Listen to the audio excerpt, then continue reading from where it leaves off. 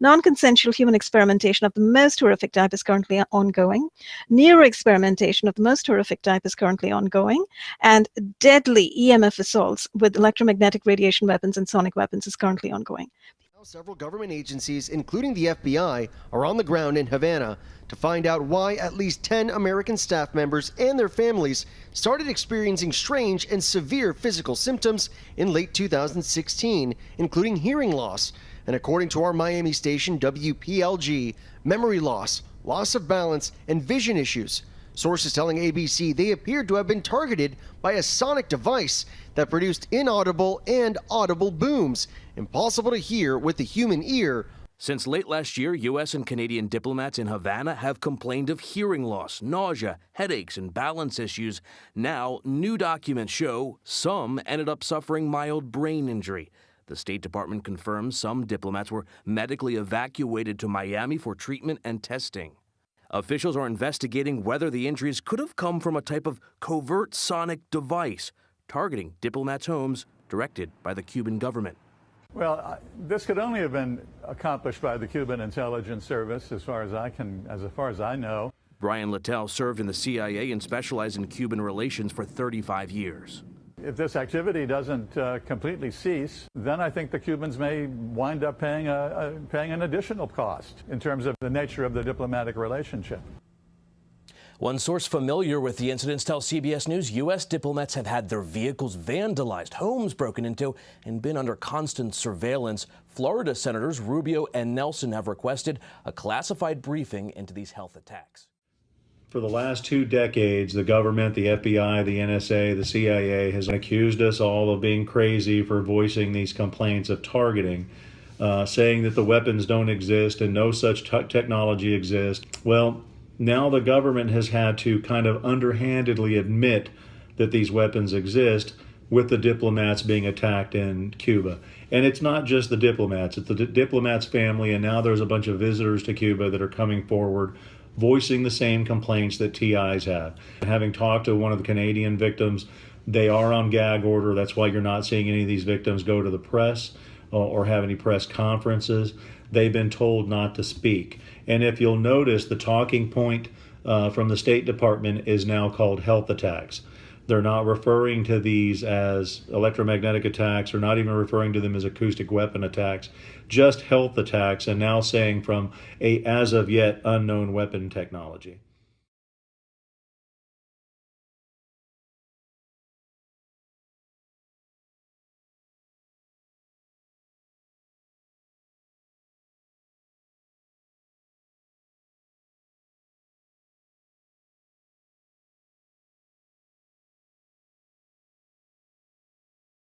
My household has been under sonic attacks since at least late July, early August. I've lost one of my cats to it.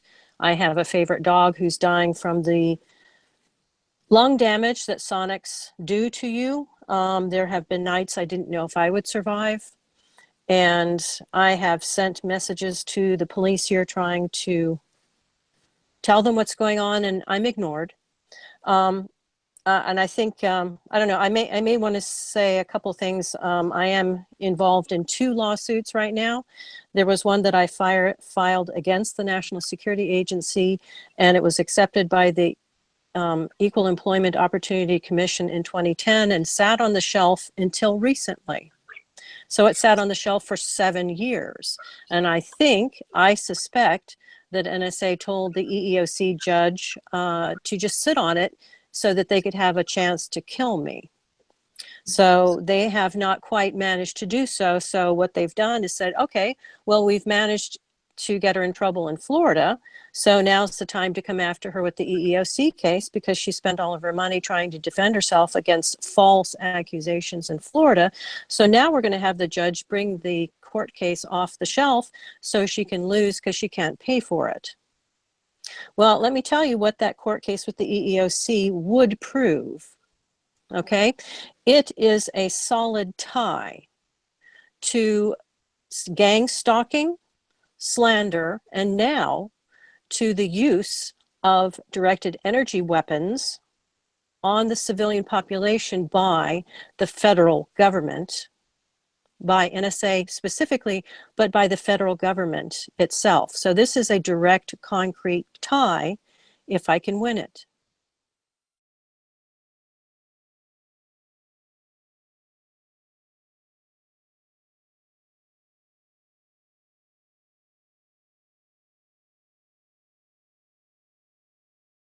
Years ago, in 2009, when I was getting fired for nothing, I attempted to get the ACLU involved, and I was told that they don't really do much in Maryland because of NSA stalking and harassing them.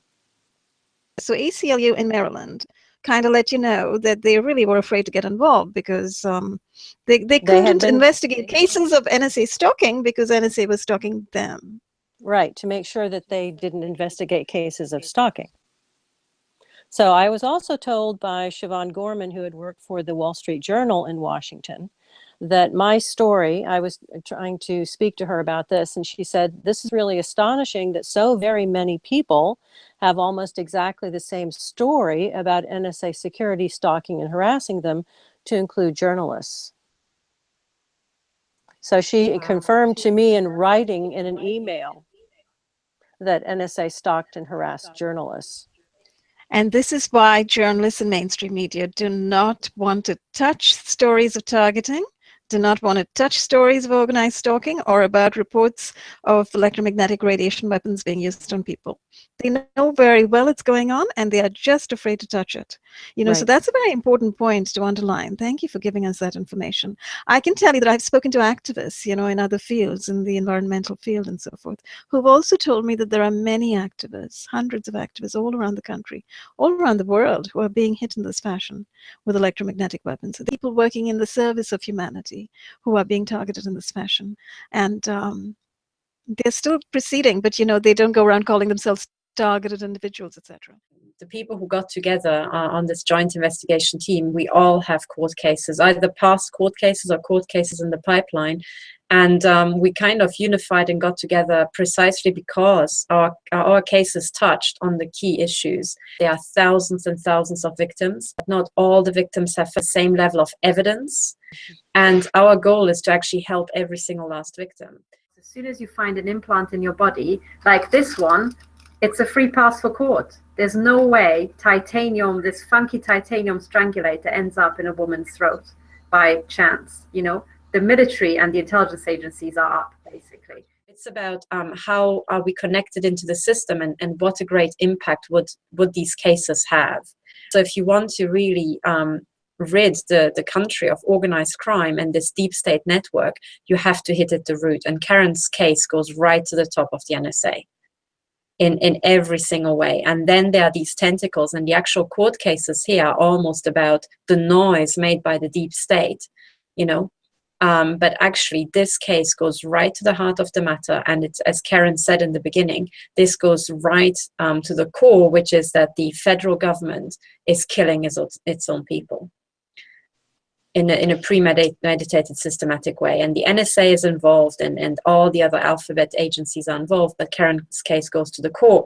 And people also need to understand that what we're doing here is we're trying to recapture our systems from the criminals. We need an intelligence agency, we need a police, we need a judiciary, but right now all these institutions are wholesale owned by the criminals. So we need it back. Well, what people tend to do, and I think this is a human error, it's a natural response, is to just give up on these things and say, oh yes, the police is corrupt. Well, you know, if the police is corrupt, they've got all the guns, and eventually they will come to your house, just gun you down in your own home. Karen is also saying is that she's being gunned down, and her pets are being gunned down in her own home, with cancer weapons, with sonic weapons, with electromagnetic weapons. So we are fighting a big war. This is a governmental war on its own population. And if you want to win this war, which I tell you we must, you have to support the cases which go right to the root. Gunning me 24/7 in my own home, in my own bed, in my own shower, they're gunning me down. Now that is what it looks like when your police is owned by the criminals. This is the Swiss police, okay? The Swiss intelligence agency. Running under cover of surveillance is 24/7 assault with electromagnetic radiation, carcinogenic radiation being directed at human bodies. Kind of brought my meter just to show you, you know. And if I hold it against my chest, you can actually see. Oh my God, I've got exactly the same. So you're being hit with 3 volts per meter and 6. That's staggering. The amount of And if energy. I show Yeah, you where I'm I being can hit, see that when you're turning it. This is insane. This is distinctly at my chest, and from all sides, you know, because they like to hit the chest from the back, from the front, all the stuff. So that's what's going on. And they hit me as pulses. And yeah. in fact, last night when you were talking initially about how we were all being hit, literally I'm sleeping with a loaf pan under my heart and I can hear the hits. It's like somebody literally using one of those BB guns and shooting into it. Now I have videos where you can see that something shot at me horizontally and dented my shielding.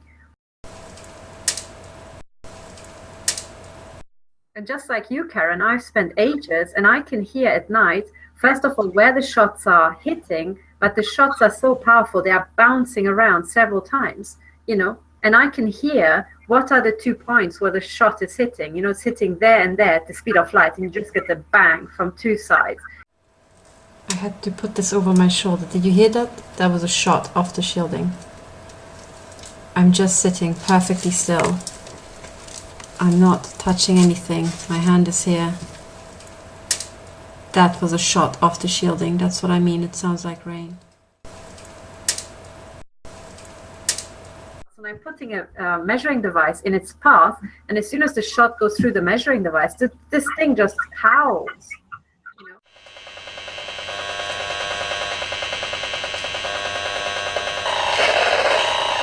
Ooh. Now that's what's being fired into me. These shots have to come from above. So this is what the government, or rather intelligence agency run, organized takedown program, physical takedown program looks like. Every couple of seconds a burst from military microwave weapons to the head.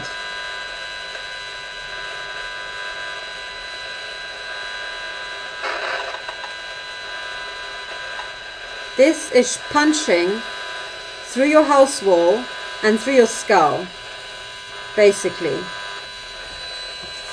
Sorry, I'm looking down and not at you because I'm trying to make sure you can see that. Every couple of seconds, the ones which sound really rough are extremely painful. The ones which sound like metallic clicking. So these are non-stop shots to the head. This measures between 200 megahertz and 8 gigahertz only. And there are attacks also outside that spectrum.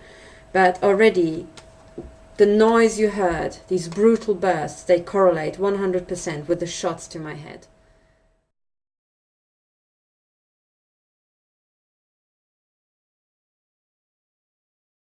I'm not sure if you can just see how many injuries I received to the head here. Those are all shots to the head I receive. Okay, there. These are not spots. These are shots to the forehead. And because I'm a scientist, they're trying to shoot into my head. That's also injury. Injuries, all injuries from the microwaving. I've just had a biofeedback scan done, and it confirms that my body is being bombarded with X-ray and with ultraviolet rays. Oh my goodness. For everything that reporting victims are reporting, there is indeed evidence. There is indeed a physical trace in the body. There are bioeffects. Yes, and also as far as the X-ray bombardment is concerned, I mean, I have shown on previous shows my yellow Geiger counter. That's a professional Geiger counter. And the shot is at an angle, then 50%. Oh, by the way, sorry, this is 84. I'm also being hit with radiation. This is 84 microsievert. This is the radiation alarm, which is, I think, 800 times the radiation that it should be in the room. I keep being hit with roughly 85 microsievert, which is, I think, a chest X-ray. So I was just X-rayed again. can confirm that every half an hour or so, there was a huge dose of radiation, but always pretty much the same dose. So it wasn't just a natural random distribution you would expect, but it was always either very low or exactly this one band. And I think that implies some sort of X-ray surveillance where they literally X-ray your entire home. But you also get you basically get a chest X-ray, you know, every single time. I think the dosage is pretty much equivalent. So when you get a chest X-ray every half an hour, your body will eventually show the damage. Also, I'm non-stop being hacked. Every single time I leave the house, so virtually every single time, my house gets broken into, and they become ever more rude and outrageous about what they take. So just before I went to Brussels, they broke into my home. I had my suitcases packed, and they stole 3 measuring devices that I needed in Brussels. Specifically those 3 things. One of them was the little green measuring device that showed these radiation attacks so well. The second one was the Geiger counter, which showed the radioactive attacks. And then the third one was the bug detector with which I could find my body chips. So those 3 devices are now gone. I've got a chip in my navel that was inserted. This is how I have to sleep because I'm being shot at night. And now I can show you, so you can see I've got nothing there. And you can, there.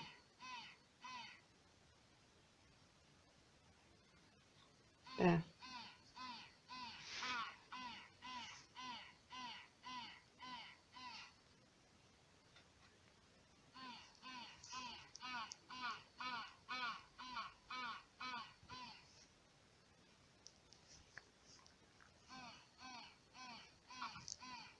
Because I just felt that they turned it on, and then when they turn it on, you can literally feel.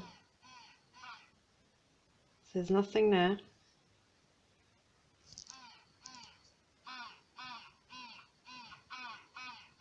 And here you can see the antennas picking it up.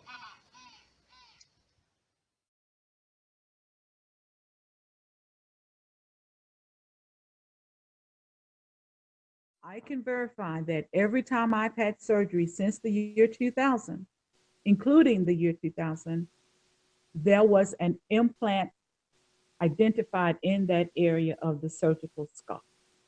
So literally after every surgery, an implant was placed during surgery so that later on you discovered that the site of the surgery also housed an implant. Exactly. Jeez. What does that tell you? You know, what does that tell us in America today? It tells us clandestine covert operations in the operating room are alive and well. So many people who've gone into hospitals for surgery are coming out with the experience of being chipped, the experience of being stalked, the experience of being followed, and the experience of discovering implants in their body being activated. The agencies involved? There are 4 branches of the military, 4 branches: Air Force, Army, Navy, Marines, 3 major universities, including my former employer. I have had the testing that does identify telemetry in my body. There are at least 5 DoD contractors that are also using the frequencies that have been picked up on from my body, and from that the what's called a body area network is what you all see in that X-ray from that Mindy put up on the screen. Of those DoD contractors, Lockheed Martin is one of them. The person that I believe set me up for this program also has an association with Lockheed Martin. So you see, they just cross. But for me, I'm making billions of dollars for someone. I understand that once you put into this kind of program, it costs $5 to $10 million a year. I have been in it for at least 14 years because that's how long it's been since the first workers' comp surgery. It's been 17 years now since the first surgery, where there are also implants in those toes. I did not know that the person with whom I was personally involved and who is now an Air Force retiree was actually the one that set me up for the surgeries. I stayed the night in a room with him. He said, that night I loaded your body with microchips. I put them everywhere I could think of. Once he put his things in my body, he was able to direct the energy to those areas to wear out my joints, to direct pain rays. And so trying to get rid of the pain is what forced me to the surgeries. So it became just a circle, a vicious circle. Lockheed Martin has a department called Intelligent Systems. And what do you think those are? They're neural systems. They are actually employing neuroscientists to develop brain weapons. And who are they testing these brain weapons on? Non-consensually. On us. On writers, activists, whistleblowers, journalists, human rights advocates around the world. So look at what is going on. They're doing this, and then they're sort of intimidating everybody into absolute silence. I had a detective do some limited work for me because of my money situation, and he turned up the fact that Lockheed Martin has a department where they have developed stalking harassment networks in 47 of the 50 states. And the head of that department is William Patrick Cox. Now, in some states, there are home businesses that are undefined. They're called William Patrick Cox Home Business Franchise. I wonder what they do. I followed in the footsteps of Donald Friedman in making a FOIA request to Army Intelligence and Security at Fort George Meade, and did indeed receive documents that I now have filed in my county courthouse that confirms microwave hearing and microwave heating. The microwave heating occurs as the signals are traveling the skin to the brain. And it says if a person did not know better, they would think they were hearing voices. It's called Bioeffects of Selected Non-Lethal Weapons. It was supplied on Donald Friedman's FOIA to either the NSA? It was Army Intelligence and Security at Fort George Meade. Wonderful. And that's where NSA is. Which is NSA? Okay, Army Intelligence at the NSA. Well, they're facility. co-located. Oh, I see. They're co-located. I see. Okay, so they're not exactly the same thing, same body. Along with the Naval Security Group, which is nicknamed the Silent Warriors because they use directed energy weapons for war, but they also have mobile devices. Interesting. Yes, and I understand the Navy is actually very involved. They've been doing all sorts of experiments and research projects using sonar, radar, and all sorts of other radiation weaponry as well. So to go back to that one document, though, it's Bioeffects of Selected Non-Lethal Weapons, and you can find it. It's declassified, and this is why Army Intelligence supplied it to the people who asked, Donald Friedman and Dr. Millicent Black. And it actually spells out a whole bunch of different technologies. But it's very, very vital to look at because it talks about microwave hearing openly, which is the Alan Frey style kind of microwave hearing. Something very interesting, really, something outstanding about voice to skull, which, as we know, is a military term and has been defined by the military, is that in 2008, Sharon Weinberger wrote an article in Wire.com marking the fact that the definition for voice-to-skull devices had been removed from the military thesaurus online. It's very interesting.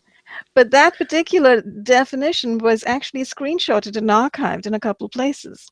One is the Federation of American Scientists, and the other is Christians Against Mental Slavery.org, I think. Oh, there we go. Why exactly did they remove it? Was it perhaps because they preferred to they decided after a while, because they had it up and then they removed it. They decided after a while it might be better to completely erase all mention and awareness of this so that the little psyop with calling TIs mass delusional could proceed at a better pace? Oh, yes. So I think that's what's going on. If you want to talk about microwaves and chips and microwave weapons, they'll just talk about it over a biscuit and a cup of tea. It wasn't secret. most governments talked openly, or people talked openly about it. It wasn't until the 70s, mid-70s, that I think the full potential of this globally came into force, and the governments decided then to put everything under the Official Secrets Acts. But until then, nothing was secret. It was just talked about openly. People didn't know about it. It wasn't general knowledge. You wouldn't meet somebody in the supermarket and say, have you got a chip in? But the people that had them knew they had them, and they would go around talking about them, and other people would talk about them. I mean, voices are the easiest ones, because all you have to do is stimulate the cochlea with a set resonant frequency. It's very easy. Voices are very easy. And it isn't people imagining voices, they physically hear them. They physically hear, as I'm talking to you, my voice isn't inside your brain. My voice goes no further than an inch into your ear, no further at all. It's the electrical signal that makes you interpret how I sound. And once you've got this electrical signal, which can be a chip or lots of things, you can physically make people hear voices, certain voices. And it can be any conversation, and it can be anybody you want to hear. It can be a soft, angelic voice. It can be a god. It can be something that scares you, like a devil. It can be anything.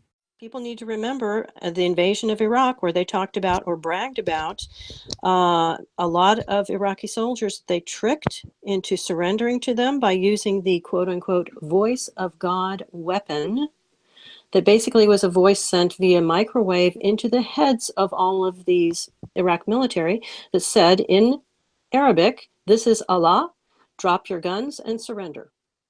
There are so many other microwave hearing technologies now, and as Millicent pointed out, there's a bunch of patents online that you can go to and find them. There's lots of different kinds of tech that are able to put voices into people's head, including ultrasound production. Bone The conduction. And neurophone. I was thinking again to mention a high quality stereo that uses holosonics, HOLO sonics. This is called the audio spotlight, and I invented it to create directional beams of sound that you can shine just like beams of light. In lighting, we have flashlights and spotlights, and that creates nice, tight, narrow beams of light. So what this is basically a flashlight, but instead of light, it's sound. Exactly right. That's the way to think of it. We've installed 2 audio spotlight systems up in the ceiling. So now you're in between both of them. What do you hear? Nothing. Are they on? Now take a step to your left. Oh, they are on. I hear music. Now step over here to your right. It's different music. Right. I would love to see what we could do with this in the real world. Do you think we could take it out for a little spin? Well, I don't see why not. There's a bunch of students here. Perfect test subjects. Hey you, black sweatshirt. What are you working on? The answer is fish. Hey you, with the dark hair and glasses. Want to sing the alphabet with me? Hey, that's a nice gray shirt you're wearing there. Are you studying hard? Are you hearing voices? Are those stripes on your arms for racing? Can you sound like a car? Vroom. Vroom, vroom. What about a big car, a fast car with big engine? That sounds like vroom. Why are your friends laughing at you? Am I hallucinating, or is there someone actually there? Show yourself, please. Hey guys! I was the voice. I'm the voice. Well, thank you so much for taking part in my experiment. Wasn't that fun? Isn't it cool how only a couple of you can hear me at a time? What does LRAD stand for? Long Range Acoustic Device. Robert Putnam with LRAD Corporation gives the lowdown on this piece of popular yet contentious technology. With the Long Range Acoustic Device systems, we're able to project voice messages and alarm tones up to distances over to 2 miles. It stays focused in a 30 to 60 degree beam, and by allowing us to do that, the people at the other end absolutely understand the instructions that are being given them, and we can give them the instructions in any language. We have a highly intelligible, very robust product now that's being sold throughout the world to militaries, commercial security, maritime security, and then also for wildlife protection and control. And for law enforcement, they appreciate having a device that really works because it can broadcast effectively up to 2 miles away and very powerfully. You can mount that on helicopters, fly over, and be able to broadcast messages to hopefully the people that you're trying to find. And though reluctant to speak on camera, law enforcement officials stand behind LRAD. But many groups, including the ACLU, have issues with LRAD. I think LRAD has no place at public events and forums, especially ones that any free speech expression activity is too intimidating, it's too scary, and so chills speech that we want to encourage in a democracy. My wife had one used on her in Oakland. It was like a kind of psychological torture. Like it's in your brain and you can't think, you can't move. It's just a different thing to have this, magical voice being beamed at you or even bringing you down. Traditional public order policing has its value. This is on my website, this article, and the name of this article, this is In the Name of National Security, Secret Classified Human Subject Experimentation and Research in 2015. Where is the public outrage? So this is the cover of Eileen Wellsom's book, The Plutonium Files. Now, she had an interview with Amy Goodman at Democracy Now! In a Massachusetts school, 73 disabled children were spoon-fed oatmeal laced with radioactive isotopes. An upstate New York hospital, an 18-year-old woman, believing she was being treated for a pituitary disorder, was injected with plutonium. At a Tennessee clinic, 829 pregnant women were served vitamin cocktails, they thought, but they contained radioactive iron as part of their regular treatment. No, these are not acts of terrorism by common criminals.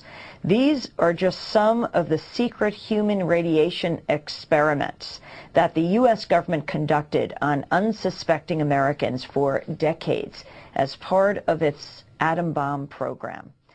And she revealed during that interview that one of the prime people used in those plutonium radiation experiments of the 50s was called a paranoid schizophrenic by his doctor.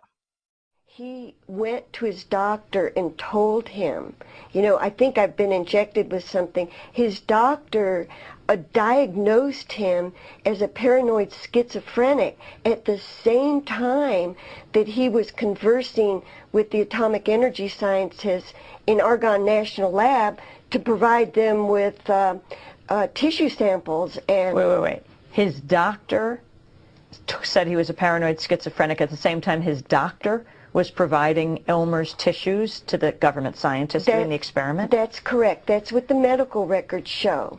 So Elmer was not only used in 1947 when he was injected with this radioactive isotope, but he continued to be used as a guinea pig for the rest of his life. What about today? Do you think we have learned anything?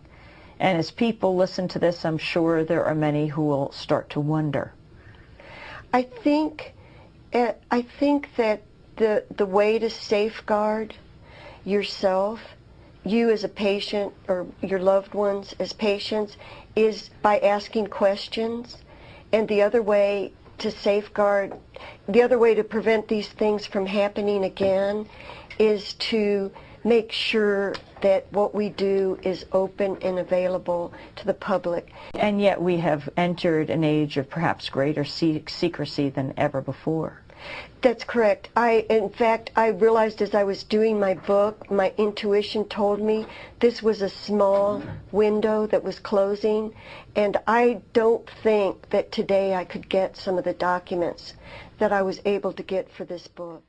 These intelligence agencies who are indeed engaging in these crimes of covert implantation and weapons testing, and also military groups, the military and intelligence agencies that are doing this, they seem to think they can get away with it, and they seem to think they can keep on doing it by using their, age-old methodologies of hiding with cover stories.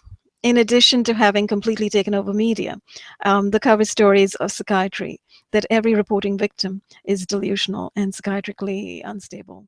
People who are reporting crime, people who are reporting covert implantation, people who are reporting break-ins at night, reporting gaslighting, the movement of objects in their room, the removal of certain objects one at a time, sort of negligible style burglaries, these are hallmarks of COINTELPRO, hallmarks of intelligence agency clandestine operations.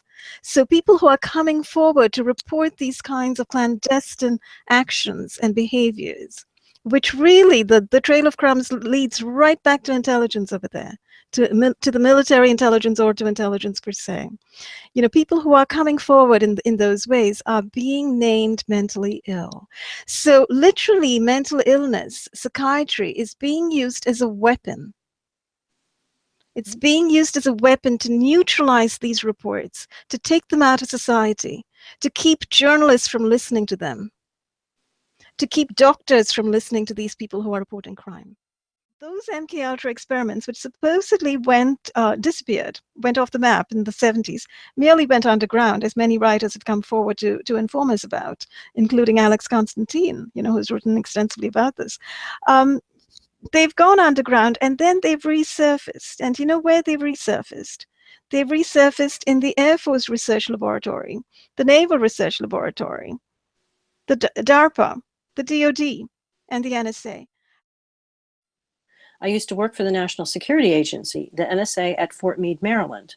Post 9/11 laws are being purposely misinterpreted to say that since we, the USA, reserves the right to kill terrorists anywhere, anytime, that if we lower the criteria to less than probable cause in regard to the terrorist watch list, which was done in 2013, then thousands of random people can be put on the TWL, terrorist watch list, no questions asked. DHS has made a separate for-profit DHS entity and is selling kill contracts on innocent people to buddies in the military-industrial complex to torture and kill, to test on humans weapons like gases, poisons, directed energy weapons, nanoparticles, secreted medical chips, and even networks of chips that, according to the Pentagon, comes in torture protocol 1 through 5, at least. Another protocol being used is to order law enforcement to write off anybody who complains of stalking harassment and being tortured as crazy, and they are forbidden to help the person denied constitutional rights. InfraGard vigilantes, under the auspices of the FBI and the fusion centers, are paid to stalk and harass the victims so that the harassment mimics what one-dimensional psychologists immediately assume is schizophrenia, delusions, paranoia, when it is not. This constant harassment was perfected by the former East German communist secret police, the Stasi, as psychological warfare to destroy dissidents. Since there is millions of dollars to be made from using non-consensual human experimentation, even to lethality, this program is viciously covered up with an intricate network of paid conspirators.